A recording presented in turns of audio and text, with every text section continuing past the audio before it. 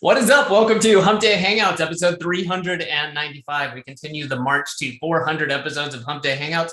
Thank you for joining us, whether or not you're live or catching the replay on the YouTube channel. Regardless, we're happy you're checking it out. We're going to say hello to the guys real quick, and then we've got a couple of more quick announcements, and then we're going to jump into the meat and potatoes, answering your questions. Looks like we had several questions come in recently, and if you're watching us live, go ahead and pop your question on there. Too. One thing I wanted to say though before I say hello to the guys is if you are catching the replay, make sure you subscribe on YouTube. I mean, well, while you're at it, even if you're not watching or if you're watching live, go over and subscribe on YouTube. But go to YouTube, type in Semantic Mastery, hit subscribe. And that way you get up to notification when we post the new Hump Day Hangout replays, which is really important if you're asking questions and interacting. That way you can get updated when that stuff is on there and you can get the info you need. So with that out of the way, let's say hello to Chris. How you doing today, man? Doing good. Things are pretty good here. Can't complain. It was a bit rainy the last couple of days, but on the weekend, I pretty much jumped into the old Danube River. It's quite interesting. That yeah, this time of year, is that warm or cold? I would think it'd be pretty cold. It was okay. It's not that bad. I mean, like I prefer it to be a little bit colder than too warm. But then again, like I'm also the kind of person who would go ice diving and those kinds of things. So. All right. Well, cool. Well, Bradley, how you doing? Have you been doing any ice diving or river jumping? Yeah, ice diving. It's June in Virginia and I'm ice diving. No, I have not. I'm actually trying to update the webinar page because I forgot to do that just a minute ago. So just give me 1 minute, guys. Let me get this updated. Problem. Let me should I tell people in the chat that all right, now if they refresh, they should updated see. Here we go. Live video. Sorry about that. That was my fault. No worries. Well, one thing I wanted to touch on real quick was we recently, I think it was yesterday. I forget exactly if it was today or yesterday, but we started early bird ticket pricing for POFU Live. 5th consecutive POFU Live 2022 going to be taking place on the 23rd, 24th of September.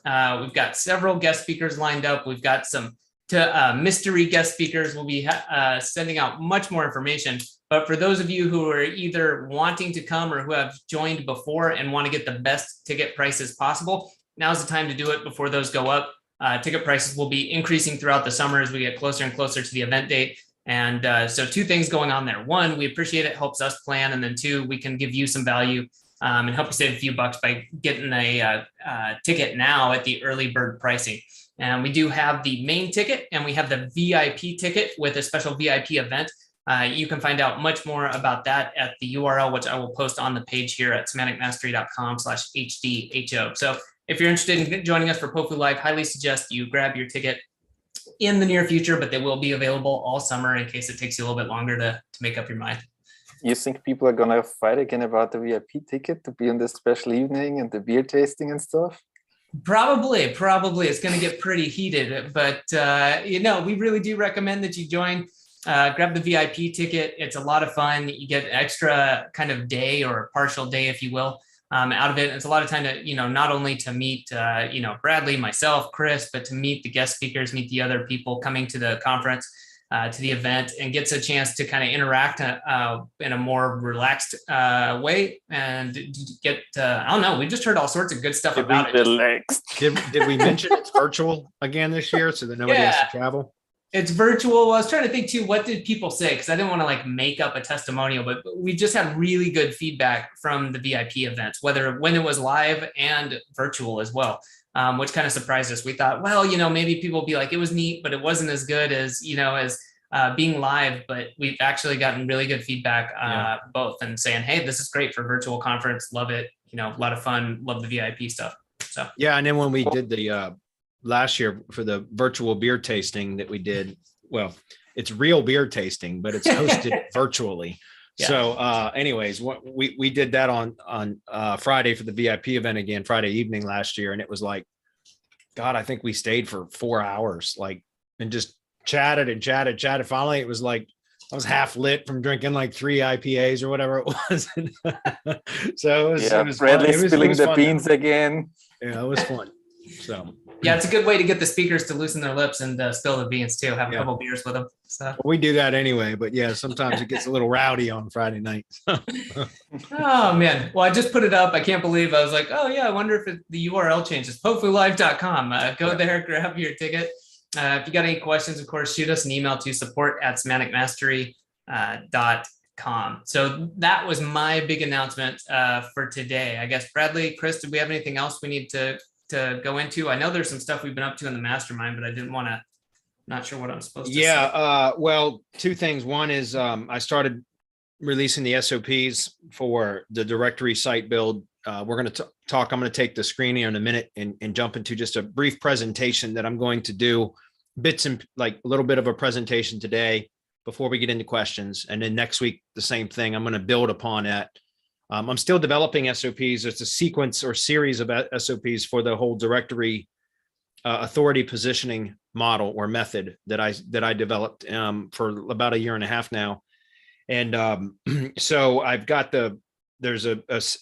right now it's a series of 7 SOPs. I've got the first 3 completed and the 4th one's almost complete. Hope to have that done by tomorrow or by Friday, excuse me. And I've released the first 3 that are available in the mastermind, which is the first one is selecting an industry or determine, a niche or an industry or even a specialized service within an industry to focus your local SEO agency on. The second one is about email warming and IP warming and setting up and preparing, getting ready for cold prospecting, like cold emailing, which is my preferred method for prospecting. And then the third one is the geo-directory setup and configuration, which includes a pre-configured clone file of a WordPress directory site that's already kind of pre-configured. And I got full-on SOPs, standard operating procedures, step-by-step processes on how to go through and configure that, customize it for your own specific use case. And then the 4th one that I'm working on now is configuring high level, which is our kind of CRM. The directory CRM is what I call that. Which is the machine that we use, the automated marketing platform that we use for our CRM, for cold prospecting emails, for, just freaking everything. Our funnel for our agency can be, or our website and funnel can all be in there in high level, which is where I have mine. Anyway, I just released the first 3 last week. At the end of last week, the first 3 SOPs. I'm working on the 4th now, which again, I hope to have done by Friday. And that will be released into the mastermind at that point. But this is 1.5 years of development. And the last 4 or 5 weeks, I've been building these SOPs. I've got over 70 hours, man hours myself in developing these SOPs. I'm still not done. I'm only about 50% through. So it's a massive amount of training, but it's step by step.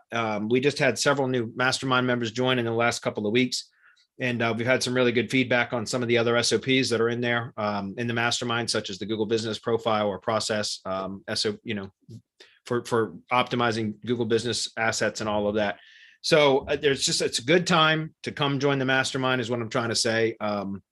If anybody is looking, I'm going to, in just a minute, I'm going to just jump into the first part of like a presentation series that I'm going to do about 10 minutes on each Hump Day Hangouts for the next few weeks, while I'm completing these SOPs. Once all the SOPs are done and I have them all completed, we're going to make kind of a whole marketing pitch around that. You still can only get them in the mastermind. There's no other way to get them. We're not selling this as a standalone product. We might use the first SOP, which is determining a niche, as kind of a front end product that we might sell. But everything else you have to join the mastermind to get. So over the next couple of weeks, guys, next few weeks, I'm going to be doing just like a little bit of a presentation before we jump into questions about why local SEO and why right now is a fantastic opportunity, and why you should be doing local SEO and providing that as a service, and then how to start an SEO agency, what services to offer, how to prospect and find clients, how to sell it, how to fulfill it, all of that over the next several weeks, culminating with the SOPs being all available for this in the mastermind. And that's, we'll kind of pitch that at the end. So I just wanted to kind of give you guys a heads up as to what, the format's going to change just slightly for the Hump Day Hangouts for the next few weeks, where I just do a brief presentation in the beginning to kind of set the stage for what's coming in the next few weeks, if that makes sense. Anything guys want to add to that? No, sir. Oh, it's perfect. Okay. Well, let's just jump into it then. So I'm going to grab the screen. We'll go into this, guys. I got some slides. Like I said, I'm just going to build upon each week for the next few weeks. Just a brief, this one ought to be short today. But I just want to talk about, why local SEO. And, it's really interesting, but I started my link building business about 6 months ago now. And part of the process that I had to go through was developing a customer avatar, which we should all do, guys. I'm going to talk about this a little bit more specifically in a moment, but developing a customer avatar can be a very tedious process. It's difficult. It's probably why most businesses don't do it. It's amazing that a lot of businesses never take the time, and I understand why. It's very difficult. It's painful. It's tedious. But to take the time to really flesh out who your ideal customer is, and like, what is their mindset? What are the challenges that they're facing? What problems they have? What keeps them up at night? What what have they tried and failed at? Things like that. Those are the types of questions that we should be answering whenever we're trying to launch, target a new, an industry or a business type. Whenever we're trying to launch our own business, we ought to try to get into the psyche of our target prospect, our ideal client or customer. Does that make sense? We should try to figure out like what makes them happy? What are their goals? What are their challenges? All of that kind of stuff, so that it makes our marketing so much more effective, right? When we determine develop a customer avatar, then we can kind of speak to a specific prospect, a specific target audience, and it ought to resonate with them because it's very specific to their situation at that current moment, if that makes sense. And that's really why I think, in going through this process that I had to go through for my link building business, I had to, my target market is local SEO agency owners or local SEO consultants, but more specifically local SEO agencies, because I'm looking to land local SEO agency clients that have a bunch of local business clients that will outsource or use my white label link building service as fulfillment for link building, if that makes sense. So I had to go through this whole process of why and develop and do research as to what local SEO agencies, what their challenges are and the revenue and all that kind of stuff. Like I had to go through all that process, and it was very painful. It took me several weeks to do it, a lot of hours.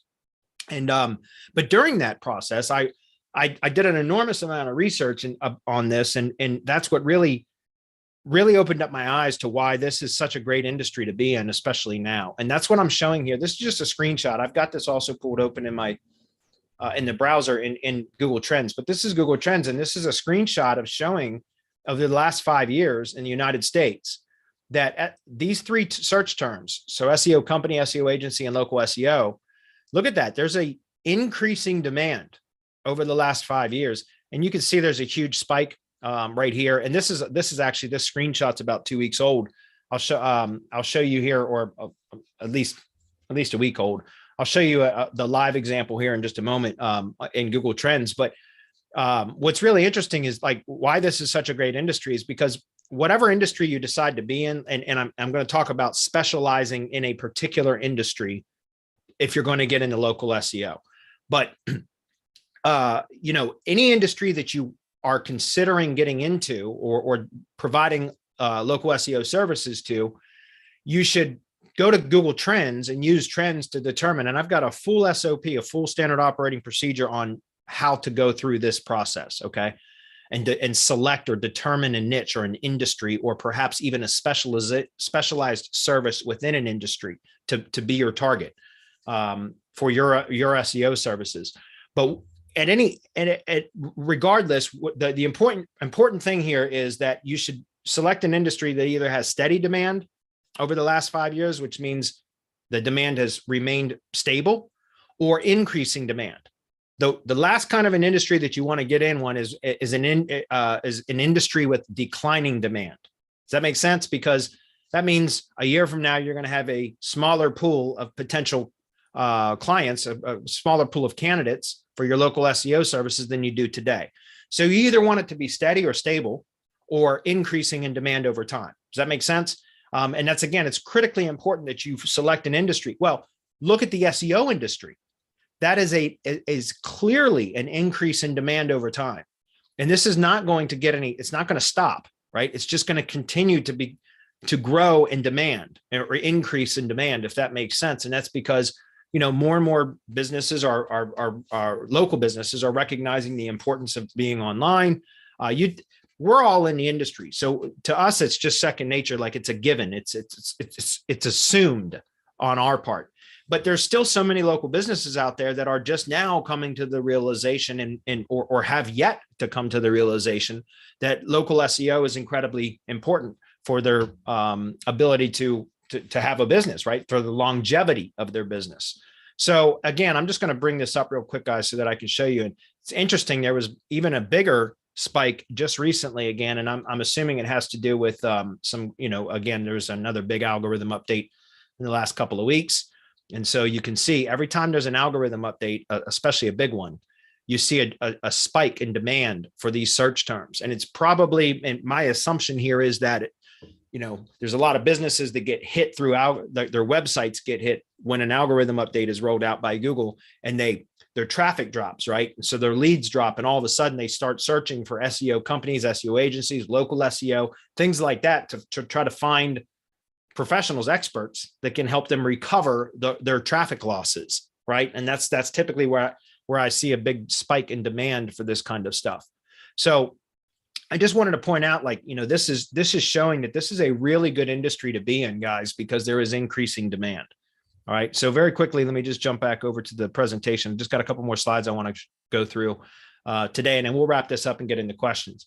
So, and part of the reason that I mentioned that I was doing a lot of research for my own customer avatar, which is to target local SEO agencies. That is my target market for my white label link building services. Does that make sense? So in going through this process, I also discovered this great, and I've talked about this in recent weeks on the Hump Day Hangouts as well, but this is a great survey from Bright Local that it says it's a 20-minute read, but I spent a lot more time analyzing and researching the data of this local search industry survey from 2022. So guys, you just go to Bright Local and search for, or go to Google and search Bright Local search industry survey. And it'll pop right up and you can take a look at this, but it's very, very thorough. And it's got a lot of really good data in here. I'm not going to go through all of this. I would encourage you to do so if you're considering getting in the local SEO business, or if you I find this to be quite fascinating anyways. But I'm just going to go back to the presentation here because I pulled out a couple of key slides or survey data from that entire survey. But I would encourage you guys, when you're done with the webinar today or Hump Day Hangouts, go pull that up and skim through it. You'll find, I think I found it to be quite interesting and full of really good data. But the local SEO services most commonly offered by local marketers, 92% Google Business Optimization. Does that make sense? So Google Business Optimization is the service most commonly offered by local marketers. And it's also, apparently I didn't put that one. No, I did not. In the survey, it's also the most desired local marketing service from local businesses. And again, that's in this survey, guys, but it's also the one that's the most desired, right? The one that's in the most demand by local businesses is local Google Business Optimization services, right? And so that's a huge opportunity for us. And it continues to increase. In fact, and that's not the slide that I wanted. In fact, it's what's really interesting is further down. And again, I'm not going to go through that survey, but maybe I'll cover this next week, but there's some statistics or some data about what is the most important metrics to local businesses, and like, what do they consider the most important? And it used to be leads and phone calls. And now it's ranking, Google Business Local ranking, believe it or not, even above leads and phone calls, they rank that as more important. They're ranking than leads and phone calls, which I find that hard to believe. But the data, I mean, you can't argue with the data. This was whatever size sample set, and that's what the data returned. Like those local businesses surveyed said that local ranking, Google Business ranking, number one. Number two was organic ranking. So that's more important to them than even leads and phone calls, which I find that very hard to believe, but the data is what it is. You know what I mean? And so again, I just find that incredibly interesting. But then the other part that I thought was really good about this was the average retainer, monthly retainer for local SEO services is $1,500 a month. You can see that $1,557 a month. And that's the average monthly retainer. Does that make sense? Which leads me to believe that I'm not charging enough for my services. And no, it's the industry that I'm in. I deal with tree service contractors in my agency. And I specialize with tree service contractors, and my average is $1,000 per month. I have some that are considerably higher than that, and I have a few that are a little bit lower than that, but my average is about $1,000 a month. And that's because I deal in an industry that has generally tree service contractors are small I say one-man operations. They're small companies with just one crew. So that's very like mom and pop type shop type of a business that I'm in. It's not like a lot of other types of companies that have typically larger organizations. Tree service contractors are generally very small companies with only a handful of laborers and workers, if that makes sense, climbers and groundsmen, which are laborers and that kind of stuff. And then the owner is generally working. He's an arborist that generally climbs trees and runs equipment and things like that. So the industry that I'm in, it just is it's a lower kind of average monthly retainer, but I'm okay with that. I just make up for it in volume, if that makes sense. So, but that's a really, and what's interesting is just from, teaching SEO for all these years, local SEO and having the mastermind and everything else, I'm always get a chance to talk with mastermind members. So local SEO consultants and agency owners. And this is spot on. The average that I hear that people charge for monthly retainers is around $1,500. Of course, it goes up from there, depending on the industries, like personal injury attorneys and things like that, it typically way higher. But I just found this to be quite interesting that the data kind of this validates the data that I've always known about internally from just, teaching SEO in the mastermind. So anyway, I just wanted to start talking about, why local SEO, guys, I think is such an important industry to be in. I'll talk a little bit about this more next week, but when I'll go into kind of the next part of that, but that is to really select an industry and specialize, right? Specialize in a particular industry, and why that's so important. There's a number of reasons. And again, I'm not going to go into all that right now. I'll save that for next week's presentation. But once I did that with my own, like I've said that over the years, but it wasn't until almost 2 years ago now. Well, it would have been 2019. So it's been a little over 2 years now it was the end of 2019 when I decided to just go 100% in the tree service. Like for my agency, that's all I'll take on is tree service contractors. And once I did that, like my ability to scale really, like my workload was lessened considerably. And I was able to start scaling my agency so much faster. And now because of that, like I said, I get inbound organic leads, a minimum of 2 per week. Usually on an average week, I get 2 to 5 inbound leads, like prospects that are into my funnel without me doing any outbound prospecting. And that's because, again, I've created an agency and a brand around tree service marketing, local SEO for tree service contractors. And that's, to me, it's been great because all these years that I chased down clients, tried to outbound prospect to generate clients, which I still recommend doing. And there's no question, I still recommend doing it. But once you get to a certain critical mass or a tipping point where your chosen industry, so business owners in your selected industry start to reach out to you because they want your services, they're pre-sold. Before you ever talk to them, they're pre-sold. They've already determined that they want you or your agency to provide services for them because you've specialized. And so that's something that we're going to talk about a little bit more next week, and how to kind of go about starting to develop that into your own business so that you can, have a competitive edge. All the other agencies out there that are Me Too agencies, that's what I've always called them, a generalist or a Me Too agency. Like, yeah, we do that too. Or yeah, we'll work with those companies too. Does that make sense? That's like, if you try to be everything to everybody, you'll be nothing to nobody, right? It's much easier to be a big fish in a small pond than a small fish in a large ocean, which is how most people do it. So we'll talk about that a little bit more next week, but I just kind of wanted to lay the groundwork, guys, for, where I'm going with this, which is why local SEO is it's a great business to be in right now. The demand is increasing. That is, the data is irrefutable, right? You can't argue with this data. The demand is going to continue to increase. Right now is a really, really good time to be in local SEO. So anyway, with that said, I'll get into questions. You guys want to comment on that at all? Yeah, perfect. Great presentation, and I'm looking forward to what's coming next week. Yeah, once I'm done over the next several weeks, and we're fully ready to launch with what I call the directory authority positioning model, then we'll string all these kind of like clips from these Hump Day Hangout intros and create like a playlist out of them and all of that. So anyway, okay, I think we start with Friendly Traveler. Sounds about right. Should be fine, yeah. Okay, so Friendly Traveler says, hey, SM, I saw your video last week where someone asked about Bvradly's old Alpha Land Realty project and inspired to build and rank something similar for my city and surrounding areas in the UK. Wondering what's involved to get started flipping land.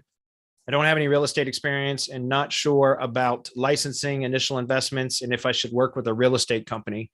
If so, how would you go about approaching them to become part of your website? Thanks. I really appreciate all the help and knowledge that you share.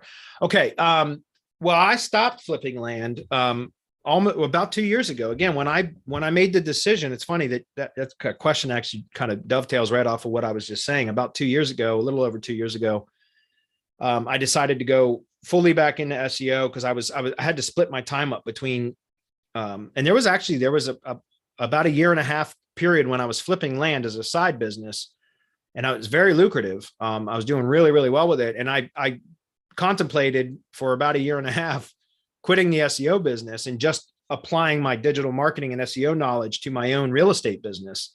I thought about leaving, like seriously, getting out of this industry. But I felt like it was a moral dilemma. It was for me, seriously, I struggled with that for months. Trying to decide on what the right move was because, obviously I've got my partners. I felt obligated, an obligation to my partners, but also to our members and our students over the years and everything else. And so it was November of 2019 when I decided that I was going to go full, stop the real estate business and focus all of my attention back on SEO. And that's when I made the decision to just ignore everything else and just go into tree service SEO. Because again, like I said, I had split my time up across multiple industries and it's just too much work. And I know the tree service industry and everything else. So anyway, all that said, at that time, I stopped flipping land. I still had a few deals in progress that I had to finish. So I ended up about 4 months later was when I finally closed up, and I didn't really close down. I still have my site up. I still get calls occasionally for real, like land deals, but I just ignore them because I'm just not interested. I don't have the time or the desire right now to do it. So I'm not doing it anymore, just to be clear. And I haven't for about a year and a half now. Haven't done anything with land other than occasionally I have to sign a release of affidavit or something like that from some of the activity that I was doing 2 years ago. If that makes sense. So, but it is a good business. It's a good business. It's a great business. In fact, if it wasn't because of what I just described with my moral dilemma that I was having with semantic mastery, my partners, our students, our members, and all that kind of stuff, I probably would have if I didn't feel obligated, which again, I'm glad that I made this decision, but if I didn't have semantic mastery, my partners and everything else, I would have gone full time into real estate, flipping land. It's a good business. It's way better than flipping houses, in my opinion, because what's his name? Jack Bosch says, no toilets, no termites, no tenants, right? With vacant land, it's the flipping houses is so competitive now because of its popularization through HDTV and all those fix and flip shows on TV and everything else. But flipping land is a lot easier. It's a lot less competitive. It's a great business. So I would encourage you to go check out Jack Bosch. Land Profit Generator was what it used to be called. I don't know if it's still called that or not. I don't know, Chris, if you have access to, we have a link for that somewhere in an SM short link. We'll have a look. Yeah, if you want to post that on the page, but Jack Bosch is the training. It's funny, when I used to flip houses many years ago before I got into digital marketing, from 2003 to 2008, I flipped houses and I did very, very well with it until 2007, when the housing market just tanked in the United States, maybe globally, but I was, in the United States, the bubble burst. It was awful. I ended up going bankrupt over that. The business went bankrupt. Anyway, I used to flip houses, and near the end of that, like it was from 2007 to 2008, after the bubble had burst, the real estate bubble had burst, and I was just hanging on by a thread and trying to keep my real estate business afloat at the time between 2007 2008. But I actually met Jack Boss at a Capital Area, which is Washington, D.C., Capital Area Real Estate Investors Association meeting. And he was pitching way back then. That was in 2008, his land profit generator. And I bought it, but I was just sick over the real estate business at that time because it was, I had basically gone bankrupt. So I got out of that and ended up going into doing electrical work, which I had always done anyways. And in about 2 years later, in 2010 is when I started learning SEO. But funny enough, like I said, it was 2019, the beginning of 2019, or it would have been the beginning of 2019 when I started thinking about, okay, well, I'd like to dabble back in real estate again. And so I looked at flipping houses again, because I'd been really successful at it for a few years from 2003 to 2007. So I thought, well, you know what, maybe I'll start flipping houses again. I started researching it again. That's when I realized how competitive it was. Like it from 2008, when I got out of the business, to 2019, the competition exploded because it became popular, like I said, through a lot of TV shows and everything else. Anyway, so I decided, well, I'm not sure I want to flip houses. And I started looking, and it just dawned on me. It's like, hey, there was this dude that I met years ago that was talking about how to flip vacant land. And I looked into it. Sure enough, he was still teaching, and he had Land Profit Generator 2.0 out. And I picked it up. It was like $1,500. It might be more now, but it was $1,500 in 2019 when I bought it. And I spent about 3 or 4 weeks kind of studying it, and I set up a ClickFunnels landing page, which is what is still ranking today. Still ranking. It's probably towards the bottom of the page, but it's just a ClickFunnels page on alphalandrealty.com or alphaland.realty. And I haven't even been on I look at this one short link. The link didn't work, by the way. So okay, yeah, it's probably changed. That's all right. Just go look up Jack Bosch, BOSCH, yeah, Jack Bosch, and that land profit generator. But I put this, I studied for about 3 or 4 weeks, put this up, and then I just started running Google ads, and then no SEO. I had done, other than just basic, you can't really SEO a ClickFunnels page very much. But I just did Google ads, so search ads, PPC, and then direct mails, which is what he teaches. And actually that's the best way to find land deals is direct mail. No question, hands down, the best way is through direct mail. And that's all I did was those two things, Google ads and direct mail. And yet I ended up ranking the page. So I just, and within my first 30 days of actually like firing up the business and starting the market, I closed 3 deals, but my first deal that I closed, I made $14,950. It was just under $15,000 in profit on my first deal that I closed within 30 days, which was insane. So it was a really, really good business. So to get back to your question, Friendly, I would mention, I would just recommend that the only thing that you do is go learn from Jack Bosch. He's, in my opinion, one of the best out there. Well, I learned from him, and then I also subsequently learned from a few others. I don't have their names off the top of my head right now, but Jack Bosch has got a really good program and he's got a great Facebook group that's really, really active. So I would encourage you to go check that out if you're interested in that. It's a good business. And by the way, you don't have to flip land in the UK. You can be in the UK and flip land in the US. I'm not trying to convince you one way or the other. I know that it's fairly easy to do in the US. So, all right. Anyway, back to SEO stuff. Sorry about that, guys. I went off on a little bit of a tangent. Curious Civilian. This is crazy. That must be it's always going to be like this now that you don't have to sign in, I guess. These weird names. Okay. So next question is, hey, Bradley, when using YACSS, which is the yet another cloud stacking software, have you tested building larger cloud stacks, i.e. 100 plus pages, or are you just building single page stacks and using them as tier 1 link building targets? That's a great question. Right now, I have experimented a little bit with like 4 or 5 page stacks, but nothing like that yet. The 100 pages. I'm using them mainly as tier 1 link building targets, as you just mentioned. So a lot of what I've done, I've tested a couple of times with using kind of the umbrella stack method or structure, the umbrella stack structure but using the way that I've been doing is kind of like keyword clusters. So each page is a separate keyword, like each cloud page is a separate keyword cluster, and you can build that into the cloud, like into YACSS when you go to create the build. It's just how you create. You have to use text files to upload for the content instead of just filling out the content blocks. You know what I mean? Like, in other words, you create a keyword list. So for example, if I'm doing a 4-page stack, right? So it's going to be the top page or the buffer page, and then there's 3 supporting pages, which is how I started with before Backblaze and Wasabi were available, or maybe it was whatever. Anyways, I've done 4-page stacks where I have the top page, the buffer page, which is the primary keywords, and then I have page number 1, supporting page number 1, have like the first keyword cluster, page number 2, the second keyword cluster, page number 3. And so for the keyword, with 4 pages, you need 7 keywords per stack or per page. So that's 28 keywords.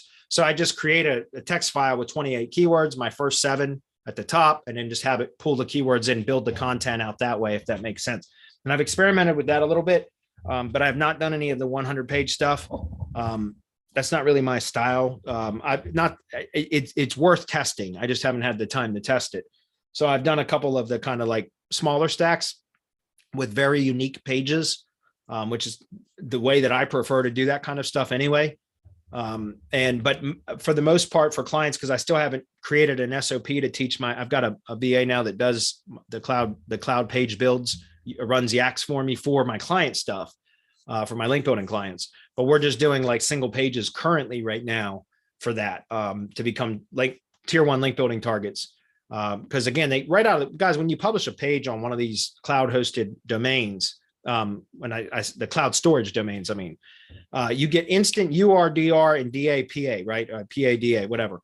Instant metrics has 0 trust flow, 0 citation flow. And those are generally the metrics that I care about the most. Like the other ones I really don't care about, unless you can get super high, URDR metrics like you can from these cloud storage sites, right? Like I don't generally care about those metrics unless they're high enough, and you can get super high metrics from these pages. So they are valuable in my opinion, but they come when you publish a page, it has 0 citation flow, 0 trust flow. But that's my whole link building methodology is about manipulating trust flow, and more importantly, topical trust flow. It's not really about trust flow itself. It's about topical trust flow. And that's why I like using these cloud pages, because they instantly the moment you publish them, they instantly have super high DAPA metrics and super high URDR metrics, which typically I don't care about unless it's that high. And then like I said, I can manipulate topical trust flow very quickly, very easily, because that's my whole entire link building business is about topical trust flow manipulation. And so I can do that very quickly. And that's why I love to use these cloud pages, because they check all the boxes from all the high authority metrics that you would want, if that makes sense. So I've not tested with the 100-page sites yet. Eventually I will, once I free up some time, if that ever occurs. So as a follow-up, do you see any downside to building several multi-page cloud stacks to a money site? For example, if I have 10 different Amazon stacks pointed at different money pages, would that leave a footprint? Possibly, probably. That's part of the reason why I don't like to I haven't even really had the desire to test those big 100-page stacks yet, is because, the URLs are unique, but the domains are the same, right? So the referring domain you get dozens and dozens of links. You said just S3. If you're going to do it, I would recommend you use the stack builder in YACSS, which allows you to, I think Jesper even talked about this, where you can, like, he'll do a 100-page stack and split it up across the 3, well, I don't know. I could be conflating that with something else. The whole point that I'm trying to make is if you do a 100-page stack and they're all coming from the S3 domain, for example, then you have like URL diversity, because each cloud page has a unique URL, but the domains are all the same, right? It's all coming from the same source domain, the same referring domain. And I don't like to do that. I prefer not to do that. That's part of the reason why I haven't even tested with that kind of a size stack. Again, it may be effective. I get that. Jesper's proven that. It's not the way that I prefer to build links. So can it leave a footprint? I think so. Yeah. I don't know. I haven't tested it. I'm not going to say definitively because I haven't tested it. Obviously, there are other people that are doing it and getting great results. So I would say test it, but test it on something that like a tier 1 asset versus direct to your money site. Like, for example, a Google site. Think about that, guys. Or even Blogger. I think Blogger is so underutilized, guys. I keep saying that almost every week. But you could take like a Blogger post or page or a Google site, right? So a G site that for your main project that you're talking about, but just publish really well-tuned, well-optimized content on a Blogger post or page or a Google site page. And then use that as your testing ground for these cloud stacks and see, test it, put it into a rank tracker. Once it's published and it's indexed, put it into a rank tracker and see where it starts, and then hit it with one of these 100-page stacks and watch it, see what happens. Give it a few weeks. And do that across multiple pages on a Blogger blog or a G site, for example. Why do I say Blogger or G sites? Because they're Google properties, right? Google properties can withstand that kind of like high link velocity. And they also typically will rank. So my point is, use the Google properties as testing grounds.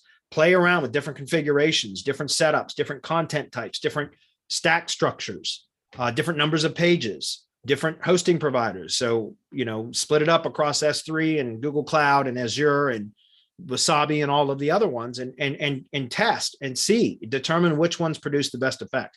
That's how all of us should be doing everything with SEO. I mean, granted, there are some of us that do a lot of testing and then we share that. And by all means, that shortcuts the amount of work that you have to do. But until you have other people that have tested and given you definitive answers on that, test yourself, right? Does that make sense? And but don't test direct to your money site. Test sites. They can be branded assets. Like I said, a Google site or a Blogger would be my preferred kind of two. Or press releases might work as well. Something like that. Like if you're doing press releases, like one of the one I just started Jeremy's but Press Advantage with the premium press releases, Globe Newswire. Man, that'll rank really well. And there's actually 3 do follow links at the bottom of one of those Globe Newswire press releases. That's one of the premium distribution pickups. But there's 3 do follow links at the bottom of that. And so that becomes a fantastic target for this kind of stuff. And you can rank one of those press releases and it'll stick if you hit it. CTR, so traffic engagement signals, will help a press release to stick, and also links. You combine the two, links and traffic signals, and you can get a press release to stick. And those Globe Newswire press releases are fantastic for this kind of stuff. So that would be like something that I would recommend. Again, that would be another expense, but you can do it with a Blogger site or a Google site for free.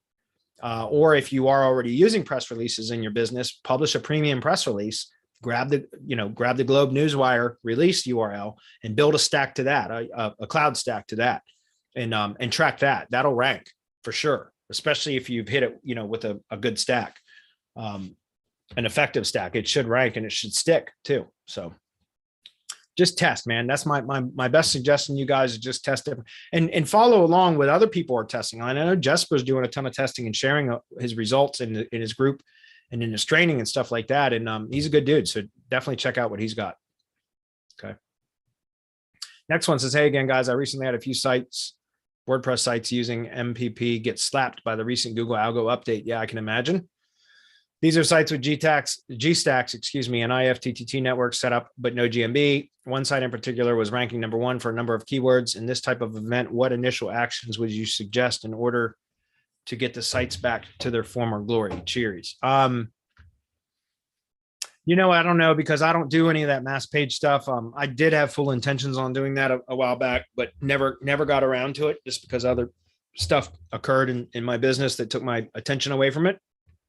And I got away from doing mass page sites years ago. I'm not saying that the strategy isn't still effective, but I got away from that strategy specifically for what you just mentioned. I had many sites years ago. I did a lot of that mass page stuff, and we invested a ton of time and effort into building a team. And I had over 275 sites killed in overnight. Just an enormous amount of money and effort and time put into all of that just to have it wiped out overnight because of a de-indexing by Google. And that just killed it for me. Like it just completely turned me off of mass page stuff. MPP is different. I know Mike Martin teaches about, starting smaller first and then just kind of expanding out from like at a local level. You start with just a few pages, magic pages, and then you kind of start to expand out once you start getting traction. That makes a lot more sense to me. And when I was doing them, we were building like 30,000 page sites like that. And again, I had hundreds and hundreds of sites that I'd spent a lot of money developing with a team of VAs and everything else, and just lost it overnight. And that just turned me off. I had such a bad taste in my mouth after that I just stopped doing that. I don't like churn and burn, right? I like stuff that has longevity. You build it once and it pays you over and over. You might have to maintain it, sure, but it pays you over and over again for, far into the future. Those are the kind of projects I like. Now, again, I'm not trying to talk anybody out of doing mass page stuff or magic page plugin stuff, because I know it's a viable strategy and can still work. But how do you recover sites that have been slapped like that? I don't know. I don't know that you can. And again, I don't do that kind of work anymore and haven't for years. So I don't have a good answer for you, except that potentially you could do redirects from the site that got slapped to a new domain. Like, in other words, set up a new domain and then just do a 1-to-1 redirect ratio, which you can do in YACSS in your server or your host, or you could even leave your existing WordPress site up and use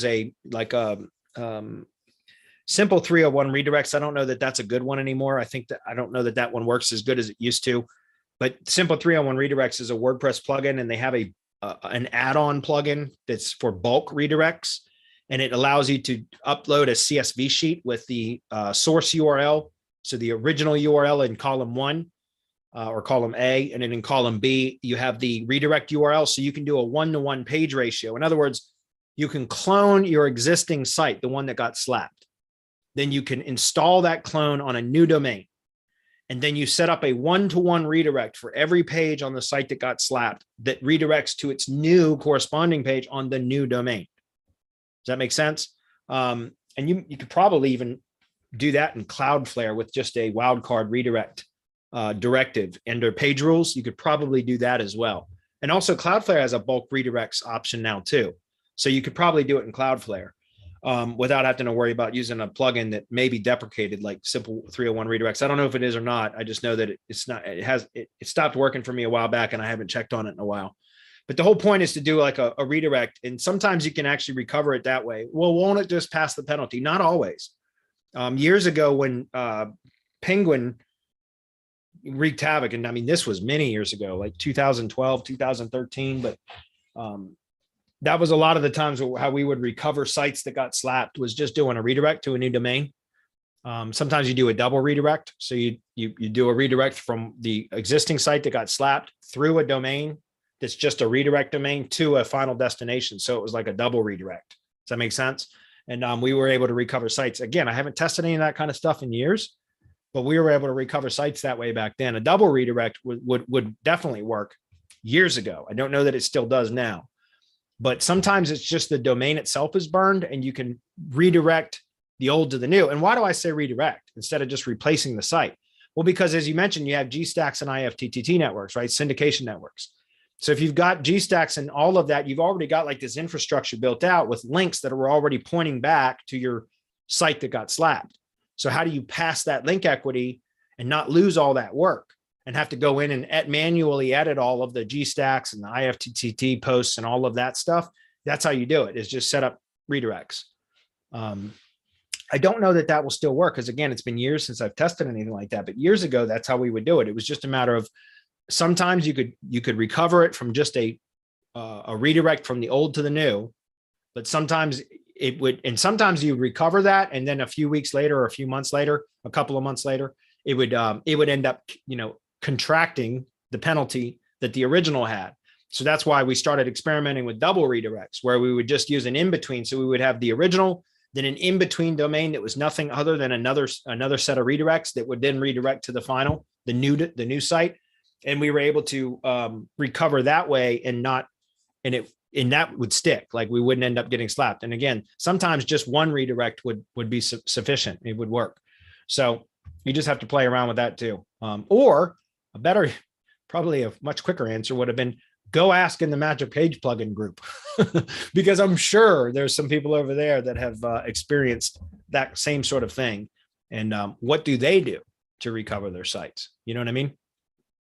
Okay. Oh, wow. We're almost done. Sweet. All right. Next one. Hi. Do you think I was hit by the latest update? The keyword started to rank and then zero traffic. Well, I guess I always hate to do this in a live chat or a live webinar because it could be something completely off the wall. That's a good question. Well, that's right around. That's what's interesting. I was showing you guys this earlier. There was definitely, let's just back this up to just the past 30 days. Yeah, it's interesting. It's not showing it here so much, but you know, there has been an update recently, and that could be part of it. It looks like your timing may be such. You know, Google's always rolling out updates, and so it could just be that you got caught up in some sort of algorithm update. A lot of the times, it looks like that happened fairly recently, within the last 2 weeks or so. Yeah, it's just no way for me to I would just be speculating if there's no way for me to tell from just that. Do you think I was hit by the latest update? Probably. Yeah. The keyword started to rank and then boom, zero traffic. Yeah. It's most likely that you got caught up in some sort of a, part of the algorithm update. And remember guys, a lot of times when Google does an algorithm update, like a major one, they'll roll it out and it will have unintended consequences. It always does. And so then they start to kind of roll it back. Like they dial it down a bit and they start to fine tune it. And so a lot of the times, if you just wait it out, I know that's tough to do, but if you wait it out, a lot of the times things will come back. Will start to come back as they kind of dial in the update a bit. And that I've seen that number of times. So over the years, so I wouldn't lose sleep over it. Continue publishing content, and see if you're getting indexed. If you can get the pages indexed, then, again, I would, there's just no way for me to tell you what could cause this. Do I think that you got caught up in the latest algorithm update? Like, it's likely. Yeah. I can't really troubleshoot it though, because I don't have enough data. So, all right, last question, and we'll wrap it up, guys. Says, you have mentioned during your presentation, step-by-step agency building training. Is this on ongoing training? Yeah, it's our mastermind.